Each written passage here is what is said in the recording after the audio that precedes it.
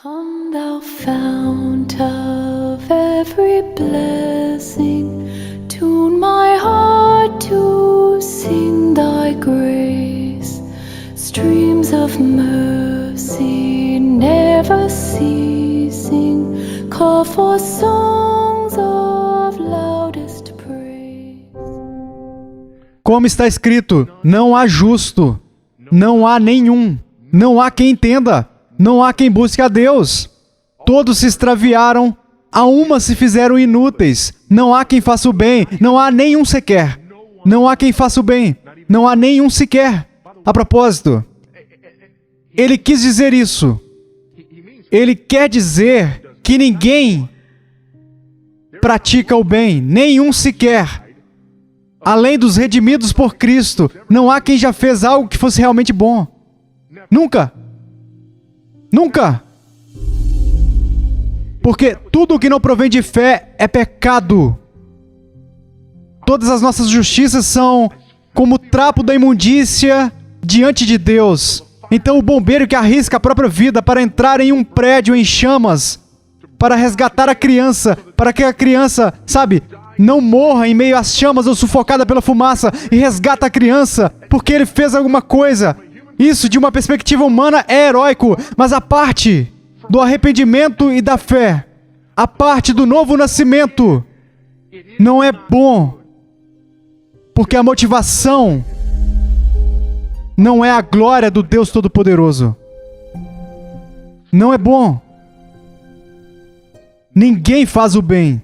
E porque não entendemos a doutrina do pecado original, nós temos dificuldade com a doutrina da porta estreita e do caminho apertado. Por quê? Porque, na verdade, acreditamos no contrário. Acreditamos que a maioria das pessoas são boas.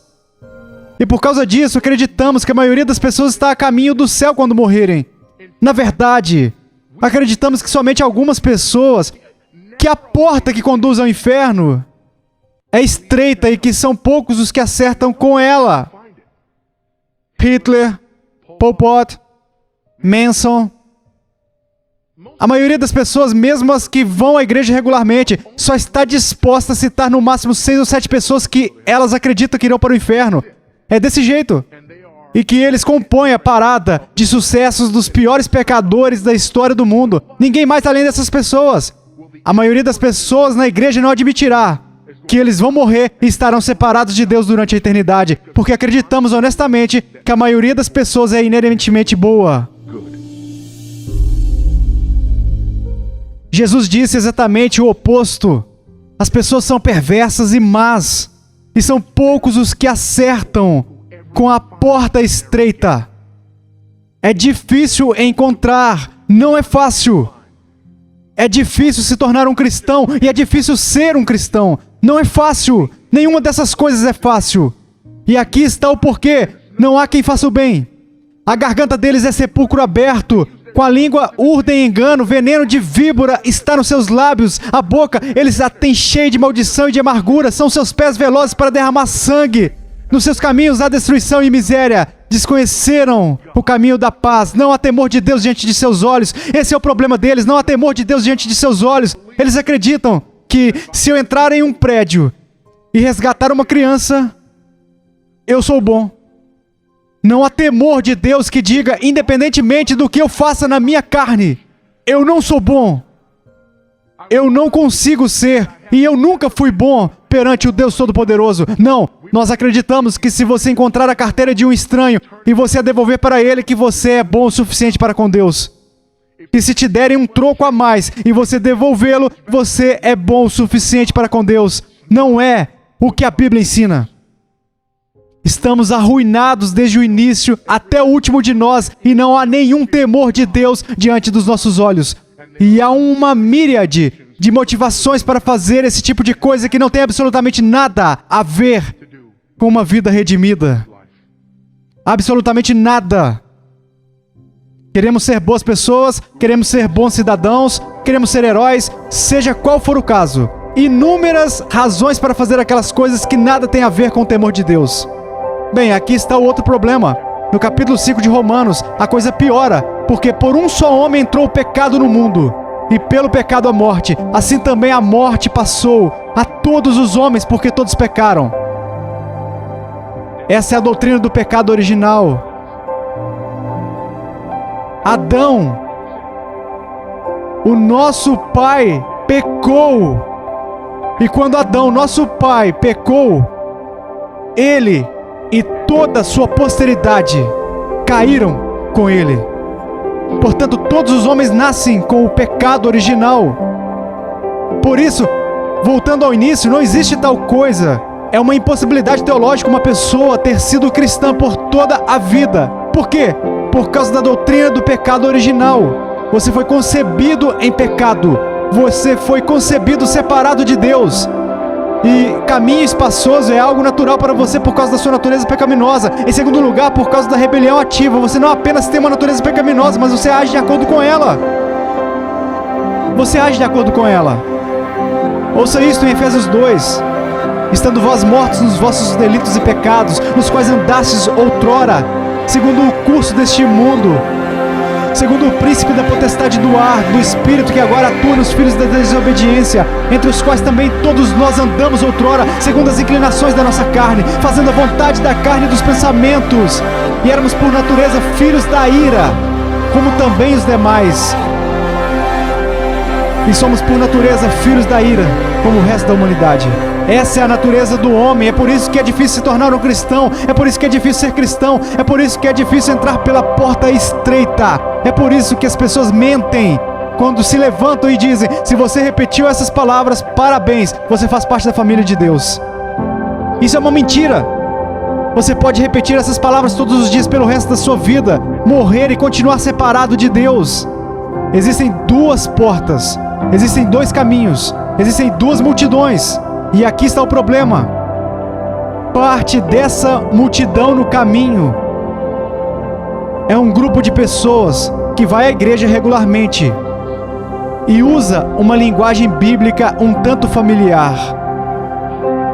A pele deles é coberta pela verdade, mas em torno na carne é a mentira. E há muitas pessoas dentro desse caminho espaçoso que não têm ideia de que é nesse caminho que elas também estão. Por quê? Alguém garantiu a eles um dia: você não está mais no caminho espaçoso. É tão fácil quanto 1, 2 e 3, é tão fácil como o ABC. E de repente, eles estão andando no caminho largo e de vez em quando eles enxergam um vislumbre daquele caminho estreito. E eles têm um vislumbre daquele caminho estreito e dizem: uau, parece que os outros estão em um caminho diferente do que estamos. Oh, não. Eles não estão. Não. Esse é apenas mais um tipo de caminho cristão diferente. Na verdade, eles são legalistas. Ou fanáticos. Eles estão levando isso muito a sério e indo longe demais. Continue aqui no caminho largo, porque afinal, você acha que se realmente não estivéssemos fazendo o que é certo, haveria milhares de pessoas frequentando a nossa igreja e dezenas delas sendo salvas todas as semanas? Como podemos estar no caminho largo se as pessoas estão vindo até a frente pelo corredor com lágrimas escorrendo pelo rosto, fazendo a oração do pecador? Como podemos estar no caminho largo se é isso que tem acontecido? Como podemos estar errados se Deus está abençoando o nosso trabalho dessa maneira? Pessoal, a cena é tão comum. Infelizmente, é uma linguagem ampla e mundial. É uma linguagem do caminho largo. Por fim, há dois destinos que nos mostram que a vida cristã deve ser concluída com fidelidade. Faça um autoexame.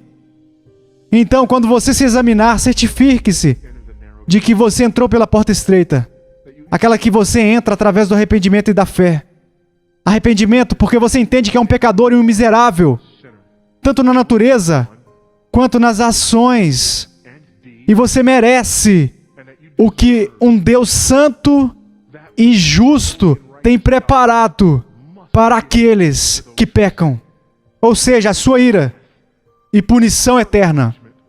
Isso é arrependimento. O arrependimento é reconhecer isso. O arrependimento é autoaversão, como diz a confissão. O arrependimento é estar tão enojado de si mesmo que você não consegue se suportar e quer se afastar de si mesmo porque reconhece que tudo em você é imundo, miserável, e por isso você não merece estar na presença de um Deus santo.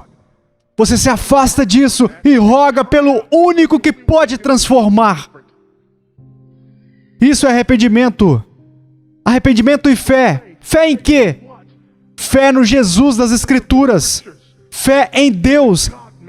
Fé naquele que nasceu de uma virgem. Fé naquele que fez milagres.